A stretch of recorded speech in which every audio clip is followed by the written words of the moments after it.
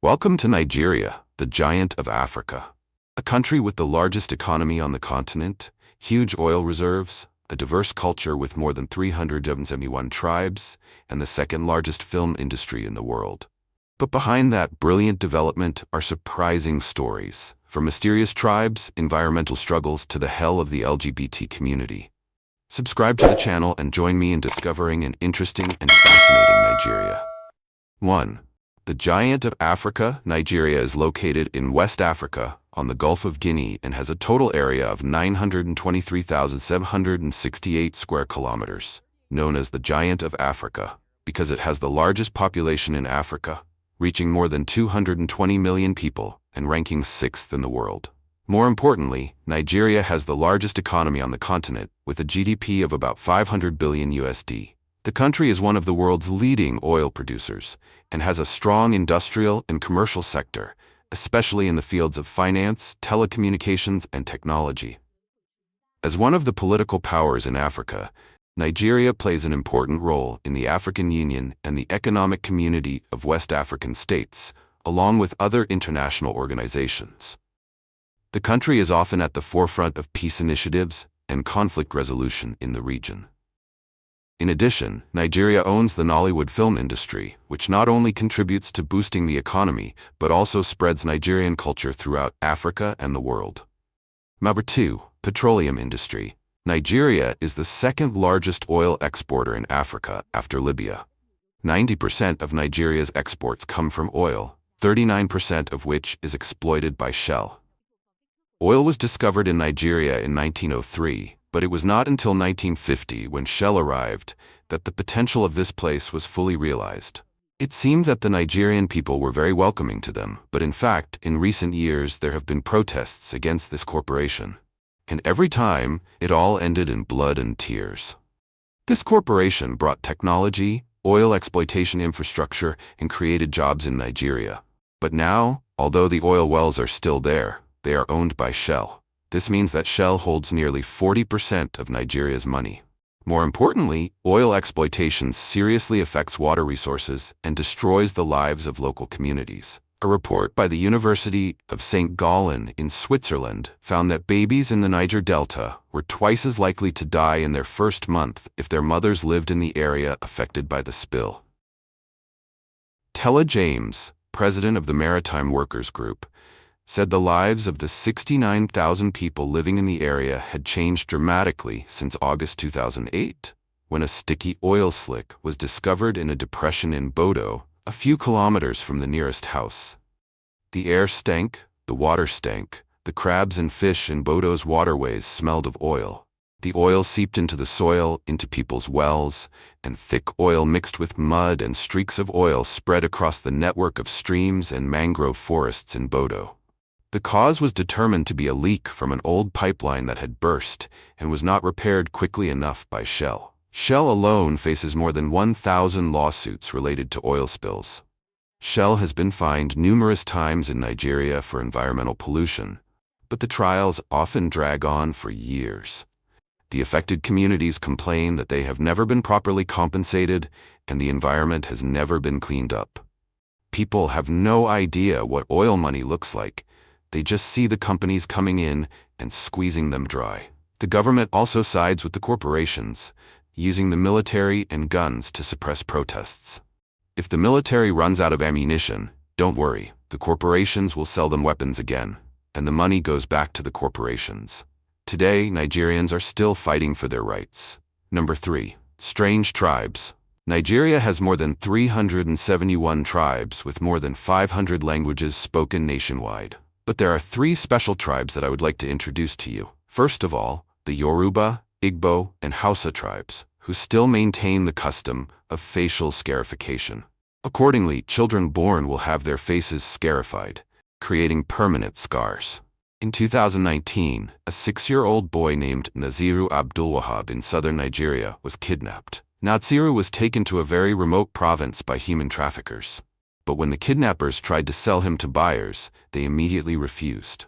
The reason was because of the scars on Naziru's face, also known as identity mark. It clearly shows where Naziru is from, which tribe, which family, and is easily recognized by people around.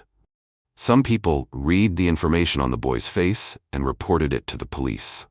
After that, the entire human trafficking ring was destroyed. The incident has sparked debate about the practice of facial scarification, a painful practice that has been banned but still exists throughout the African country. From birth or when they are young, every boy and girl must undergo a facial scarification ritual. Adults and shamans will use knives to directly cut or burn the scars. Usually, anesthesia, anesthetics, or any other pain relief methods are never used during this process. In 2017, the government continued to introduce criminal penalties for those who still practice facial scarification. Young people in their 20s are considered the last generation of forced facial scarification in Nigeria today. Next is a unique community in Nigeria, Ubong, where men and women grow up in the same environment but speak separate languages. An example is when men say nki to mean clothes and women say ariga. When you point to a tree and ask what it is, the men will say kichi, but the women in the village will say okwengu. Interestingly, the villagers can understand each other perfectly. The reason is that in Ubong, boys and girls grow up learning both languages. By the age of 10, they learn their own gender-specific language. There comes a time when a man discovers that he is not using his own language properly. When a boy starts speaking the male language, you know he is coming of age, said village chief Oliver Ebang. Finally, there are the Koma people, who live in the Atlantika Mountains. Unlike other tribes that have survived the prehistoric era, the Koma people still live as they did in ancient times. One of the unique features of the Koma is that the women wear clothes made of leaves. They are almost naked, wearing only branches and leaves to cover their private parts. After the coming-of-age ceremony, girls tie red, blue, or white ribbons around their waists, while women wear leaves, men wear leather or crudely woven cotton pants. The Koma still go to small markets in the plains to buy things like salt, farming tools, electrical equipment, plastic items, or to trade their agricultural products. According to African Leadership magazine, Koma women do not want to wear normal clothes for fear of the wrath of the gods. At some markets, if they are forced to wear clothes, they choose to roll up paper to cover themselves and take them off on the way home. The Koma people have many strange traditions, especially in their married life. Men have the right to share their wives with friends and even with visitors. Just as other people welcome visitors with kola nuts, Koma men welcome their guests with their wives. This is a way to show hospitality and prove friendship, according to them. Which tribe are you most impressed with? Leave a comment below to share with me. 4. Hell for the LGBT community. In 2018, 57 men accused of homosexuality were arrested in a police raid on a hotel in Lagos. In a similar incident, in August 2023, Nigerian police raided a hotel in Delta State and arrested more than 200 people for allegedly attending a same-sex wedding. According to a 2007 survey by the Pew Global Attitudes Project, 97% of Nigerians believe that homosexuality should be outlawed and considered a deviant lifestyle. This is the second highest rate among the 45 least LGBT-friendly countries surveyed. In Nigeria, homosexuality is illegal for both men and women, with a maximum penalty of 14 years in prison. The law came into effect under President Goodluck Jonathan in 2014. More than 30 African countries also outlaw homosexuality, and gay arrests are common in Nigeria. Meanwhile, in the 12 predominantly Muslim northern states, the maximum penalty under Sharia law is death by stoning. This legal system has been criticized by international human rights organizations, such as Amnesty International, for infringing on personal freedoms and being intolerant of gender diversity. 5. Nollywood. Nollywood is the Nigerian film industry and the second largest in the world in terms of film output, producing about 2,500 films a year. This number surpasses Hollywood and is only surpassed by India's Bollywood.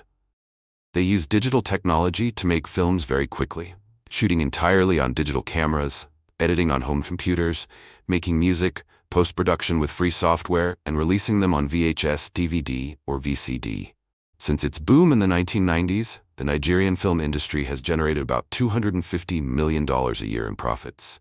Despite the fact that these films are very low cost, $10,000 to $25,000 per film, produced in about a week and sold for a few dollars each. They sell about 150,000 to 200,000 copies in just one day. About 300 directors produce an average of 2,400 films a year, or about 200 films a month. Nigeria is also the largest film industry in Africa in terms of value and production volume. Nigerian films are also more accessible than foreign films because they are more family-oriented than American films. Nigerian films are seen in the most remote parts of Africa. In recent years, they have also reached Africans living in Europe, North America, and the Caribbean. With the expansion of the distribution system, Nigerian directors are becoming more well-known. Most Nollywood films are not shot on studio sets, but rather in hotels, houses, and offices rented by the crew, with the landlord's name appearing in the credits at the end of the film. One of the most famous directors for his speed is Chiko Ejiro, who directed more than 80 films in 8 years. He claims to be able to complete a film in just 3 days. However, in recent times, the Nigerian film industry has improved and enhanced its skills in both technical and artistic quality. Having conquered the country and the continent, they are now finding their way to global development. Going beyond Lagos, Nigerian filmmakers are welcomed on red carpets in London, Houston, and New York. Typically, the romantic comedy 30 Days in Atlanta, directed by Robert Peters, and starring top Nollywood stars like Ramsey Nouah and Desmond Elliott, has caught the attention of international audiences. Or the highly anticipated movie, The CEO, which just finished filming at the end of October 2015, with a multinational cast from South Africa, Kenya, Ivory Coast to Morocco. 6. Twin capital of the world. Igbo Ora, a small town in southwestern Nigeria, is famous for its unusually high twin birth rate, with around 50 pairs of twins per 1,000 births, 4 times the global average. A banner even hangs at the entrance to the town, welcoming visitors to the twin capital of the world. Many residents believe the secret lies in their diet, especially okra leaf soup or alasa soup, which is made with taro and cassava flour, amala. But fertility experts are skeptical, saying there is no clear evidence to support the link between diet and high twin birth rates. Scientists are studying genetic factors and the attractiveness of twins, which may help them find partners more easily, thus increasing their chances of having children. Whatever the reason, the people of Igbo Ora agree that having twins is a blessing. They named the twins after special meanings: Taiwo, taster of the world, for the firstborn, and Kehinde, latecomer, for the secondborn. Although the exact cause is unknown, Igbo Ora continues to attract the attention of tourists and researchers, becoming a unique destination to explore this strange phenomenon of twins. To celebrate its self-proclaimed title of Twin Capital of the World, the town holds an annual festival that attracts hundreds of twins from across the country. Nigeria is not only the giant of Africa, but also a country with countless interesting things worth exploring. What impresses you most about Nigeria? Leave a comment below and don't forget to like, share, and subscribe to continue accompanying us on our journey to explore the world. Thanks for watching, and see you in the next video.